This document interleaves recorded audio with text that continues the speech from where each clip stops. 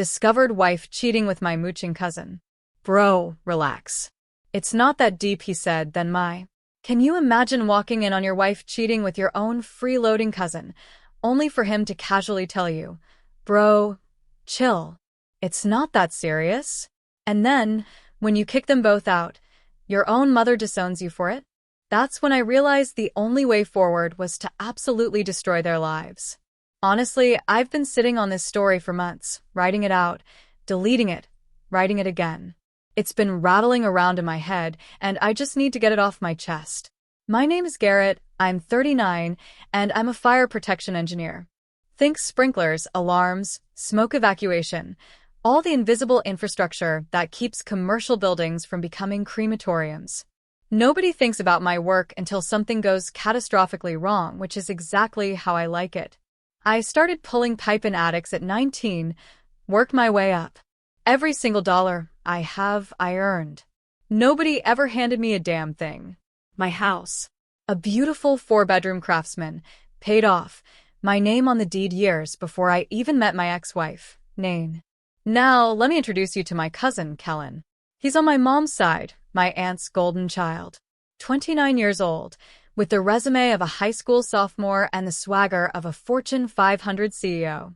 Chronically unemployed, but never without a business idea.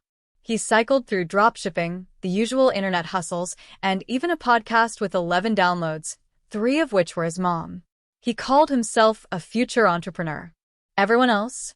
We just called him a professional couch surfer. The pressure campaign started in June. Kellen had overstayed his welcome at a friend's place, allegedly clogging their plumbing by flushing protein shake bags down the toilet. My aunt called my mom, crying. My mom called me. Then my aunt called me directly. Then my uncle. Then another cousin. Then my mom again. The message was always the same. Family helps family, Garrett. He just needs 2 weeks to get back on his feet. You have that big house.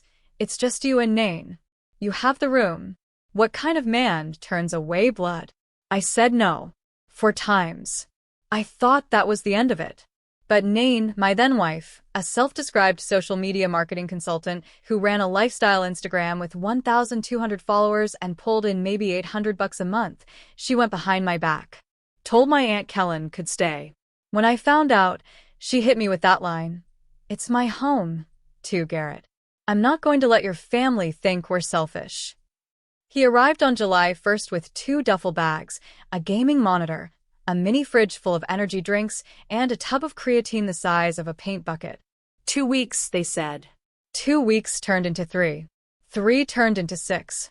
By mid-September, Kellen had transformed my spare room into a frat house.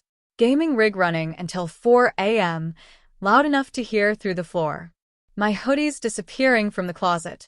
My good cologne, half empty in his room. He was even using my razor, putting it back wet without a word. The man treated my house like an all-inclusive resort with no checkout date. But the thing that really got under my skin wasn't the mess. It was the flirting. He flirted with everything that moved. Waitresses, baristas, the neighbor's wife. Nain. The inside jokes they'd share that I wasn't a part of. I told him once to dial it back. He just laughed it off. Relax, bro. I'm just friendly. Every time I brought up him leaving, the family phone tree activated within hours. My mom. He's almost got a job lined up. My aunt. You'd really throw him out on the street? Nain. He's not hurting anyone, Garrett. Stop being so rigid. So, I stopped pushing. I buried myself in work. 12, 14-hour days on the Crest View Hospital campus project. A full life safety redesign across 6 buildings, the fire marshal breathing down our necks. I was working so hard, I barely saw my own house in daylight. That I later realized was by design. Theirs, not mine. I was at my desk in the construction trailer, reviewing fire alarm riser diagrams, when my phone buzzed with a fraud alert. One of my credit cards, an older one I barely used, kept in a kitchen drawer for emergencies, had just been charged $47.83 at a pizza delivery place. I hadn't ordered pizza. Nain was supposedly at her sister's house, and Kellen didn't have access to that card. Except, he lived in my house, and that card was in an unlocked kitchen drawer. I could have called the bank, could have texted Nain, could have just let it go and dealt with it at midnight. Instead, a cold shiver ran down my spine. I opened the delivery app on my phone, logged in, and checked the recent order. 1 large pepperoni, 1 order of garlic knots, delivered to my address 40 minutes ago. Handed to someone at the door at 2:15 p.m. on a Wednesday. Nobody was supposed to be home except Kellen, and he didn't have the money for water, let alone delivery. So, either he found my card and ordered himself pizza, which was theft, or someone was there with him, sharing that meal. I drove home. Didn't speed. Didn't call. Didn't text. Just drove with the windows down, my brain running through every single possibility. Maybe Nain came home early. Maybe there was an explanation. Maybe I was jumping to conclusions and this was just Kellen being Kellen, helping himself to something that wasn't his as usual. But the deeper I drove into my neighborhood, the quieter that rational voice got. This was off. Kellen's truck was in the driveway, which was normal. But Nain's Lexus SUV? It was parked around the corner, on the next block, half hidden behind a neighbor's hedge. That was not normal. She was supposed to be across town. Why would she park around the corner from her own house? You only hide your car when you don't want someone to know you're there. The house was quiet when I walked in. No TV. No gaming sounds from his room. Just a pizza box on the kitchen counter, with 2 plates, 2 glasses. You get the picture. Then, a sound from upstairs. A thump. And then, her laugh. Muffled. Breathy. Unmistakable. The kind of laugh you don't confuse with anything else when you've been married to someone for 12 years. I stood at the bottom of those stairs and felt my heart jump into my throat. Every instinct screamed at me to charge up there, kick the door in, put Kellen through the drywall I'd hung myself. But I didn't. I pulled out my phone, opened the camera, photographed the pizza box on the counter, the receipt stapled to it, the 2 plates, the 2 glasses. Nain's purse on the kitchen chair, the one she supposedly brought to her sister's house. And my credit card, sitting in the open drawer where he'd fished it out. Opened the delivery app, screenshotted the order confirmation with the timestamp and address. Evidence first. Then I climbed those stairs, one at a time, silent on the carpet runner I'd installed in April. The master bedroom door was cracked open about 4 inches. I pushed it the rest of the way with 2 fingers. Every detail burned in permanently. My bed, my sheets, my wife, and Kellen, shirtless. That stupid tribal armband tattoo on full display. In my bed, in my room, in my house. Nain saw me first. She didn't scream, didn't scramble for the sheets. She just stared at me like I was the interruption, like I'd walked into the wrong hotel room. Kellen sat up.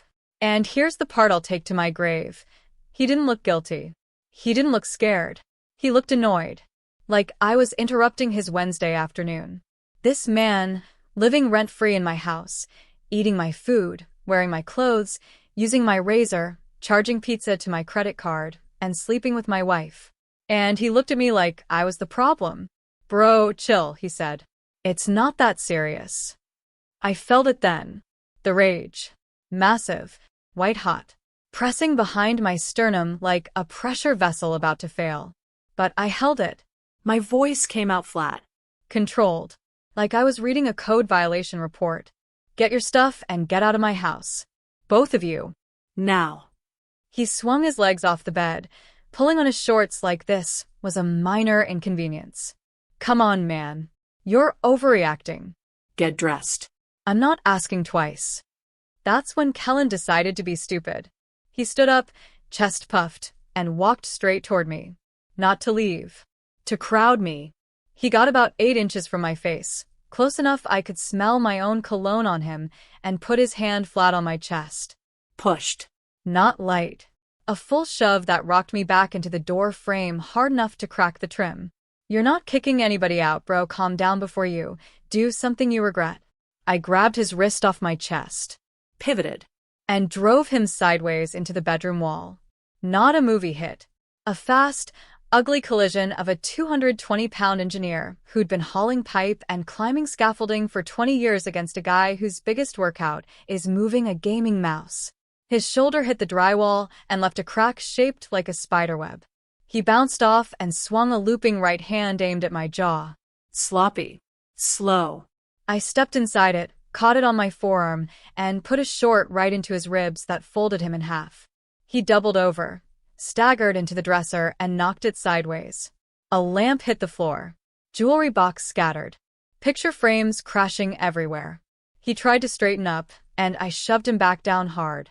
He caught himself on the bed frame and stayed there, wheezing, one hand on his side. The whole thing took maybe 8 seconds. It felt like 45 minutes. My knuckles were throbbing. Split skin on the second one. His rib bone did that. He had a busted lip from clipping the dresser edge on the way down, and a red mark spreading across his shoulder. Blood. On my sheets. My sheets. Nain was screaming. Not words at first, just noise. Then, Garrett, stop. Stop. Oh my God, stop. I wasn't touching anyone. I was standing in my own bedroom, breathing hard, looking at Kellen, crumpled against the bed frame he'd helped himself to. Get up. I said it quiet. That was worse than yelling. And they both knew it. He looked up at me, and the cockiness was gone. Completely erased. Something I'd never seen on him before. Like he just figured out the quiet guy who paid for everything had a line, and he'd blown right past it. Get your stuff. You have 5 minutes. Anything still in this house after that goes on the lawn. Garrett. Nain started, clutching my bathrobe around herself. 4 minutes, 50 seconds. He scrambled. I'll give him that. The man moved faster than he had in 3.5 months of living under my roof. He was cramming clothes into a duffel bag, grabbing his gaming headset, scooping up shoes, hands shaking, lip dripping red onto the carpet. Nain switched scripts. Tears. Voice cracking. Garrett, please. It just happened. It was one time. We can talk about it. It wasn't one time. I didn't have proof of that yet, but the way she flinched told me everything I needed to know. Liars don't flinch at wrong accusations. They flinch at right ones. Baby, I made a mistake. Why did you park your car around the corner so I wouldn't see it? That's not a mistake. That's a plan. Get dressed and get out. Kellen hauled his duffel to the hallway, paused at the top of the stairs. Tried one more time. Look, bro, it was just... Call me bro one more time. He went down those stairs fast. Nain tried a different angle. Went from sad to threatening in about 3 seconds. Her specialty. You can't kick me out. I live here. I'm your wife. I have rights. You have a car parked around the corner and Kellen waiting in the driveway. You can figure out your rights from somewhere else tonight. I'll call the cops. Please do. I'd love to file a report while they're here. That shut the threat down cold. She got dressed in silence, grabbed her purse from the kitchen, the one she'd supposedly taken to her sister's house. At the front door, she turned and gave me the look that cheaters always give when the script runs out. Not guilt. Anger. Because I wasn't playing the part she needed me to play. I wasn't breaking down. I wasn't begging her to stay. I wasn't giving her the emotional chaos she could use as cover. You're going to regret this, she said. Already do. 12 years of it. The door closed. I watched from the window as Kellen threw his duffel into his truck. Nain walked around the block to her hidden Lexus. He tried talking to her in the driveway. She shoved past him. They left separately. Good. Let them figure out the logistics of their little arrangement somewhere that wasn't my house. I locked the deadbolt, set the chain. Then I stood in my kitchen for a full minute, hands braced on the counter, letting the adrenaline drain. My knuckles were swelling. The doorframe trim was cracked. The bedroom wall had a dent. The dresser was trashed. Didn't matter. All of it was mine. In my house. And I had every right to be standing exactly where I was. I spent the next 20 minutes documenting everything. Photographed my knuckles, the split skin, the swelling. Photographed the cracked door frame, the dented bedroom wall, the knocked-over dresser, the busted lamp, the blood spots on the carpet. Pulled up my Ring doorbell footage, timestamp video of Nain walking up to the front door at 1:47 p.m. Kellen opening it for her. That, plus the photos of her Lexus hidden around the corner, told the whole story. Then later, both of them leaving at 3:22 p.m. Him with a duffel, busted lip visible on camera. Nain walking separately to her car. All saved, all backed up. I called the non-emergency police line at 3:41 p.m. 2 officers showed up within the hour. I filed a report covering 3 things: unauthorized use of my credit card by Kellen, the physical altercation he initiated when I told him to leave my property, and trespassing for both of them going forward. I showed the officers the doorbell footage, the credit card evidence, my injuries, and the bedroom damage. One officer noted that I was the sole homeowner, that I had visible defensive injuries consistent with my account, and that Kellen had escalated physically. They documented everything, took photos of their own, and told me I could pursue charges. No arrests that night, but that report, incident number, officer names, badge numbers, timestamp, my documented injuries, their documented departure, became the foundation for everything that came after. I didn't know it yet, but that pizza delivery receipt and that cracked door frame were going to cost Kellen and Nain more than they could calculate. I sat down at my kitchen table at 5 p.m. with a bag of frozen peas on my hand and my laptop open. Time to go to work. I didn't sleep that night. I set up what I started calling the command center. Laptop open to every financial portal. A legal pad for tracking accounts. Phone recording app on for all incoming calls. Everything in its own lane, one step at a time. I called my attorney that night. He walked me through the sequence. By Thursday morning, I was first through the bank doors. Removed Nain as an authorized user on every account. Canceled every credit card with her as secondary. Redirected my direct deposit to a new institution. Total, once transfers cleared, roughly $347,000, every single cent earned by me. Nain called the bank 2 days later, screaming that I'd stolen her money. They put a temporary fraud hold while they investigated. It cost me 72 hours and 2 extra trips with pay stubs and tax returns before they released the funds. Even when you're completely right, an angry phone call can slow you down when institutions move at their own speed. By Friday, I'd met with my attorney in person. Known him 15 years, sharp, zero sentimentality. Gave him the full download, police report, every photo, Ring doorbell footage. Divorce proceedings? He asked. Not yet. I want the perimeter secured first. He nodded. They'll come for you when the money stops. That's the point, I said. I changed the locks that same afternoon. Deadbolt. Knob. Garage code. My house, my locks. My phone stayed quiet for 3 days. Day 4. Nain texted. Your direct deposit didn't hit. What's going on? I screenshotted it. Didn't respond. Day 5 is when the dam broke. 22 missed calls before noon. Voicemails going from calm to unhinged in about 4 hours. I saved every message. People tell themselves when they stop pretending. By afternoon, Nain and Kellen showed up at the house, the one I'd changed the locks on. My Ring doorbell caught everything. Nain trying her key, realizing it didn't work, pounding on the door. Him behind her in gym shorts and slides. Open the door, bro. Let's talk like men. I was sitting at my kitchen table, 15 feet from the front door. Bag of frozen peas on my still swollen hand. Watching the whole thing on the Ring app in real time. I pressed the speaker button. 1 sentence. You're trespassing. I have a police report on file, and this doorbell is recording. Leave or I'm calling. He stepped back like the doorbell had grown teeth. Nain kept going for another 2 minutes. Threats, sobbing, the whole rotation. Then a neighbor across the street came out on his porch. She saw the audience and dialed it down. They left. I saved the footage. Filed a second trespass complaint. The neighbor, a good man, gave me a written statement the next day, unprompted. He'd seen enough. Phase 1 complete. Every system has failure points. Kellen's were everywhere because his entire life was held together with energy drinks and audacity. First move, the credit card theft. That police report I filed? It went somewhere. The $47.83 charge was small, but unauthorized use of a credit card is a crime in this state, regardless of amount. I provided the delivery receipt, the photo of my card in the drawer, my badge records proving I was at the Crestview job site when the order was placed, and the delivery confirmation with a timestamp.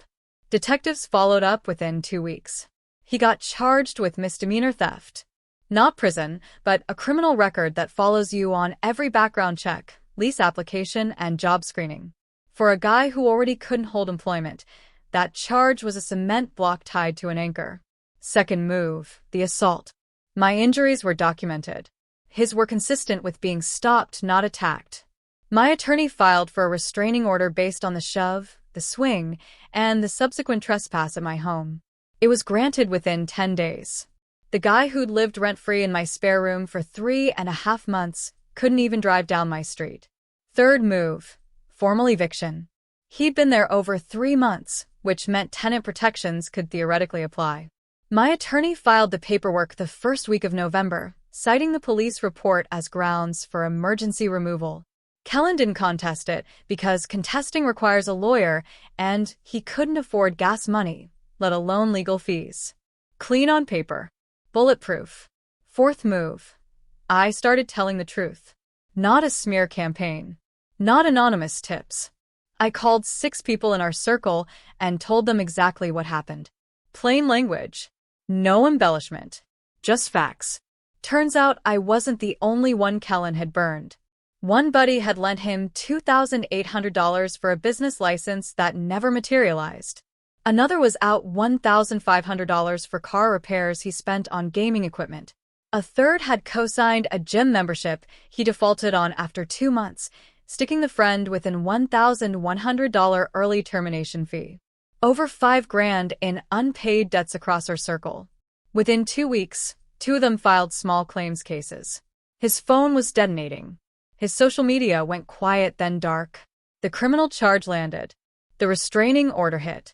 And the small claims judgments started piling up on his credit like barnacles on a hull.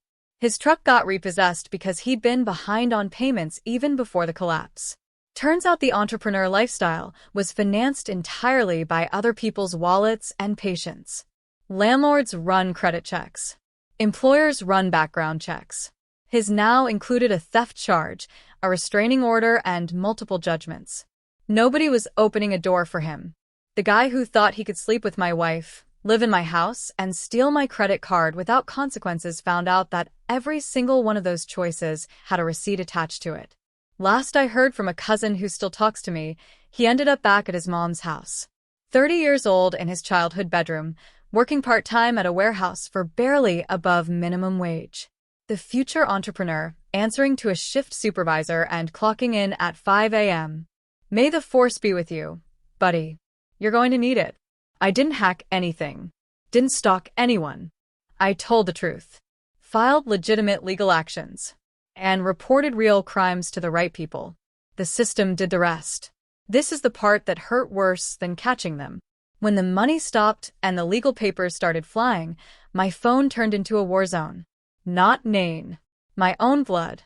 My aunt called first, Kellen's mom, screaming so loud I had to hold the phone 6 inches from my ear. You're destroying my son's life over a mistake. You put your hands on him. He's your family. I let her finish her rant. Took about 6 minutes. Then I said, calm as concrete, your son slept with my wife in my house while eating my food and spending my money. When I told him to leave, he shoved me into a door frame and swung at me. He's got a criminal charge because he stole my credit card. If you think all of that is just a mistake, we're using different dictionaries. She hung up on me. Then the cousin's text started flooding in. You're going too far. You didn't have to fight him. He didn't mean for it to happen. She probably came on to him. That last one almost made me laugh. Almost. One of his older cousins, a guy I'd never liked, showed up outside my house one evening. Didn't ring the bell. Just stood on the sidewalk, arms crossed, trying to look intimidating. Ring doorbell caught the whole thing. I watched from the kitchen window, took a screenshot, texted it to my attorney, and went back to eating dinner. My lawyer sent a trespass warning to him the next day. Never came back. My uncle, Kellen's dad, called and actually tried to be reasonable for about 30 seconds before pivoting to, look, Garrett, maybe if you'd been home more instead of working all the time, this wouldn't have happened. I hung up. First time I'd ever hung up on a family member in my life. Honestly, should have done it years ago. A week later, My aunt and two of her kids showed up at my dad's house, not mine, my dad's, and screamed at him in his own driveway for raising a violent, heartless son. My dad, a man who has never raised his voice in 67 years of living, walked inside and locked the door. He called me that night. "I'm done, Garrett," he said, his voice flat with a quiet fury I rarely heard. "I'm done with all of them, but the worst was my mom. My own mother. She called the night the trespass warnings went out and told me I was heartless. Said I was ruining a young man's future over jealousy and that I'd assaulted Kellen instead of handling it like an adult. When I pointed out that her nephew had been sleeping with her daughter-in-law in her son's own bed for weeks, and then shoved me when confronted, she said, and I will never forget this, "Well, maybe if you'd paid more attention to your wife instead of working all the time, she wouldn't have looked elsewhere." I sat in my kitchen and stared at the wall for a solid 20 minutes after that call. Let that sink in for a second. My own mother, the woman who raised me, told me the affair was my fault. Took her nephew's side over her own son. Not because she believed it, but because her sister was in her ear, and my mom has never once in her life been able to stand up to that woman. My dad called me the next morning, quiet, measured. "I heard what your mother said to you last night. I want you to know I don't agree with a single word of it." "Thanks, Dad. I've been watching her enable your aunt's family for 35 years, he continued. "Her nephew, his brother, your aunt's spending. Your mother writes checks with my money to bail them out, and I've been too passive to stop it. That ends now." 2 weeks later, Dad moved out. Filed for divorce within the month. 41 years of marriage, and Mom's decision to side with the guy who wrecked her son's home was the straw that finally broke it. Dad told me later, it wasn't just this. It was 35 years of watching her bail out her sister's family, write checks behind his back, take their side in every single conflict, and treat his feelings as optional. My situation was just the one that made him realize it was never going to change. Dad got an apartment 15 minutes from mine. We started having dinner every Thursday. He told me he should have done it years ago. Said watching me refuse to fold gave him the push he'd been missing for decades. Mom tried calling me 3 times after that. I let everyone ring out to voicemail. Her messages got progressively more desperate. First angry, then guilty, then pleading. She never once apologized for what she said. Just kept insisting I was tearing the family apart when the family tore itself apart the second her nephew climbed into my bed. I blocked my aunt, blocked 3 cousins, kept Dad and 1 cousin who'd stayed neutral. The family tree got pruned hard that fall, and I held the shears. While the family drama exploded, Nain launched her own war. She wasn't stupid, manipulative, self-centered, couldn't own up to anything if her life depended on it. But not stupid. First, she hired a lawyer. Not a great one. A guy who mostly handled DUIs and fender benders, but aggressive and cheap. He filed an emergency motion for temporary spousal support, claiming I'd unlawfully locked respondent out of the marital home and unilaterally severed all financial support, leaving respondent destitute. He also filed to compel me to grant Nain access to the home or cover her alternative housing costs. The judge granted temporary support at $2,200 a month. That stung. Housing access motion denied because the house was my separate property and the police report documented grounds for her removal, but the judge noted he'd revisit if needed. Setback number 1. Second, the restraining order play. Mid-November, about 5 weeks after the confrontation, Nain filed for a temporary protective order against me. Claimed I'd been violent, threatening, and intimidating, citing the confrontation with Kellen as proof I was dangerous. The order was granted ex parte. The judge signed it on her word alone before I could respond. I got served at my office on a Thursday morning. Had to surrender my concealed carry permit and stay 500 feet from the house I owned. My attorney filed opposition the same day. Hearing set for the following Tuesday. 5 days walking around with a restraining order on my record. I didn't earn. Those were among the worst days. Not the restriction itself, but what it represented. My name in a protective order database. My project manager getting a courthouse call. The look on his face when I had to explain. At the hearing, my attorney took it apart in 20 minutes. Played the Ring doorbell footage. Nain walking up to the front door alone at 1:47 p.m. My cousin Kellen letting her in. The whole thing timestamped.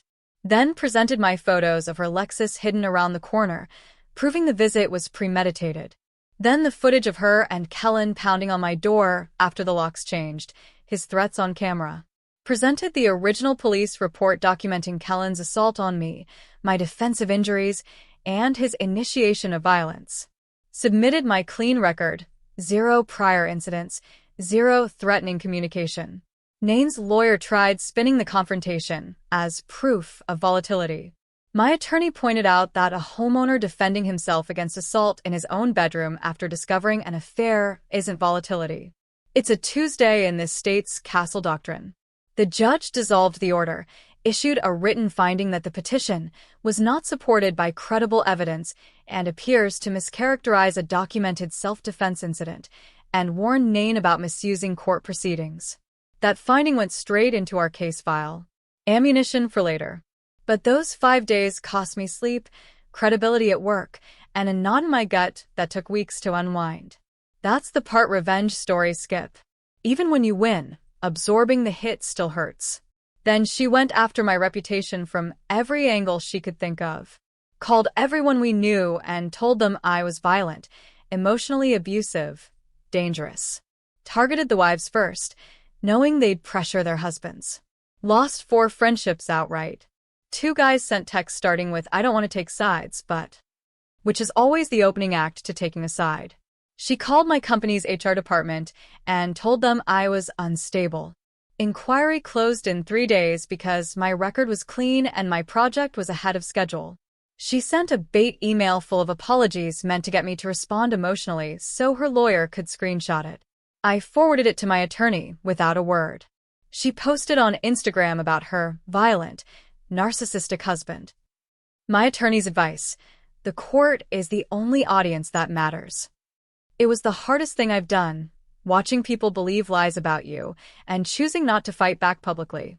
My buddy Reggie was the exception through all of it. Former Marine. 0 nonsense. He called me straight. Nain's telling everyone you're a monster. I don't buy it, but you need to know what's circulating. She can win the narrative, I told him. I'm winning the case. Then came the job site ambush. 2 days after HR cleared me, Nain showed up at the Crest View Hospital campus. Past the construction gate without a hard hat, without a badge, without signing the visitor log. 3 safety violations before she said a word. She found my trailer and started a scene. Tears, pleading, loud enough for the crew outside to hear. "Garrett, please, we can fix this." Choreographed to make me look like the villain and her like the victim. I told the sub in the trailer to give us a minute. Stepped outside and said one thing. "You need to leave this job site. You're trespassing on an active construction zone, without PP." More tears, more volume. The electrician stopped working to watch. The superintendent was walking over. "I'm calling site security." 30 seconds. She left. But she left loud, sobbing across the gravel lot where the entire framing crew could see.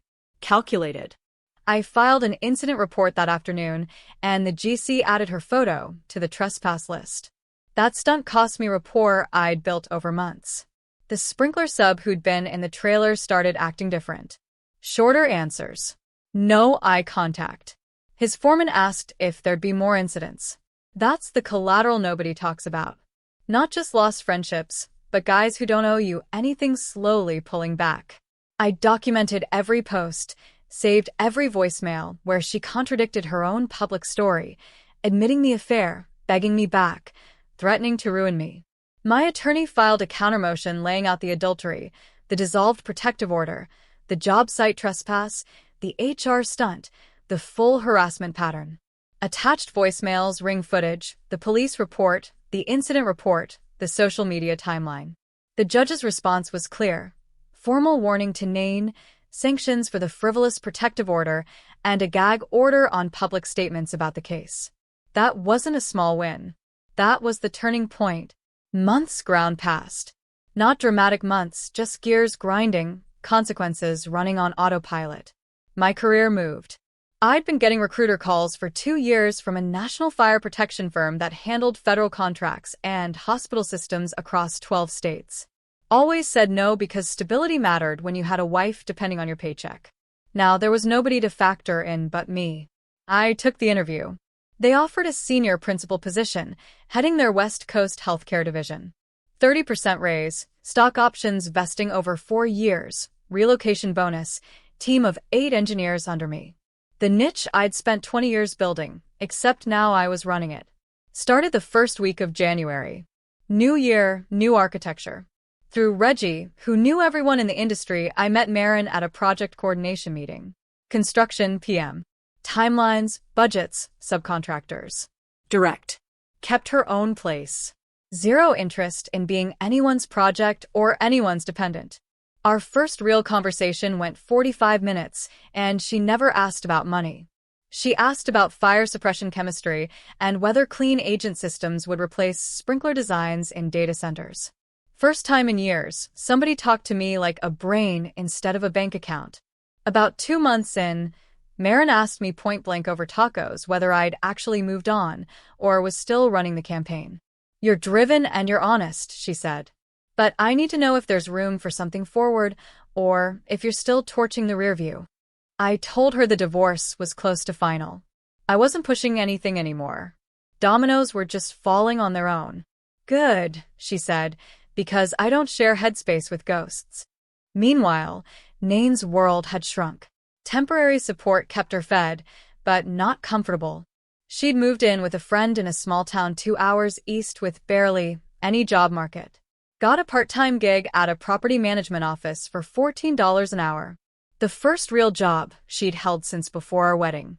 The house sold on the first Saturday in June, nearly 8 months after the confrontation. I signed closing papers at 10 o'clock. Nain signed in 2 separate sessions. I drove to the street afterward and parked across the road. Watched a young couple carrying boxes inside, laughing, pointing at the deck I'd built. They had no idea what happened in those rooms. The dented bedroom wall had been patched and painted. The cracked door frame replaced. Every trace of that night just gone. A "sold" banner covered the sign. Nain showed up 20 minutes later. Thinner. Hair shorter. Off-the-rack jacket and jeans. She stood on the sidewalk, staring at the house, then saw my truck and walked over.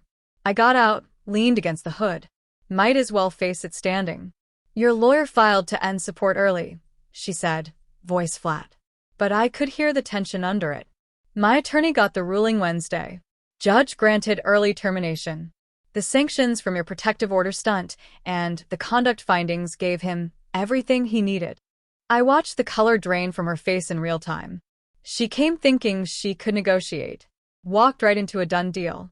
"I can barely cover rent. This wasn't supposed to go like this." "It went exactly how you made it go. You invited Kellen into our house against my objection, and then you invited him into our bed. Every consequence you're living right now, you built it. Both of you did." Her jaw tightened for a second. I saw the old version flicker. The one who'd reframe, redirect, spin the story until she was the victim and I was the bad guy. I watched her cycle through the playbook. Tears, guilt, anger, victim. None of it was landing on whatever version of me she was looking at now. She just looked spent. "I don't recognize you," she said. "Good." She walked away without looking back or saying another word. Got in a friend's car and was gone. My phone buzzed 10 minutes later. Kellen's number. "Garrett, it's Kellen." Long pause. "Just wanted to say you won. I'm at my mom's house, working warehouse shifts. Criminal record. Restraining order. I can't get an apartment because of the judgments. You torched everything." Silence. "It was just a hookup, man. People mess up. You didn't have to nuke everyone's life over it." I took a deep breath. "You shoved me in my own bedroom and took a swing at my head. You were wearing my clothes, eating my food, charging my credit card, and sleeping with my wife. What exactly did you think was going to happen?" Long pause. "You're cold, Garrett. Goodbye." I blocked the number. The last word I'll ever waste on that chapter. "Frankly, my dear, I don't give a darn." I picked up Marin at 7. New Peruvian spot on 4th Street. Good food. Better company. She didn't ask about the house closing. Talked about a project she'd landed that week. And asked if I wanted to go hiking Sunday. When I told her it was done, every thread cut, every document signed, she squeezed my hand across the table and said, "Good. Now, we go forward." It's crazy to look back at all that. What would you have done if your family, even your own mother, had turned on you like that? I'm really curious to hear your thoughts in the comments below.